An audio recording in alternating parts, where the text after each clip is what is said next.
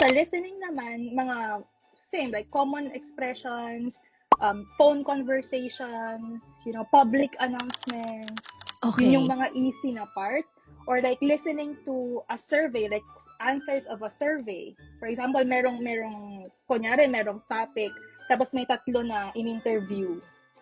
Tapos, pakinggan mo yung mga sagot nila and isabihin mo lang kung nag-a-agree ba sila or nag-disagree ba or wala ba silang opinion. Ganun po yung mga tema or subjects sa reading and sa listening. So, parehas kahit lang. parehas lang po. The way that they present it, yun lang po yung iba.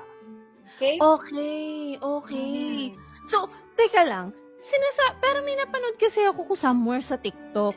Kakanood kasi ng French. Nakita ko doon ang listening ba ng TCF ay mas madali kaysa sa or parang sa tingin mo parehas lang din?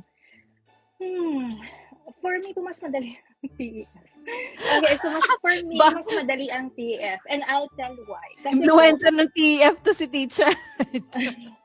I'll tell why. Kasi po sa TEF, before pa mag-play yung audio, alam mo na yung question, alam mo na rin yung options. So, you have a reasonable time to read the questions and the choices.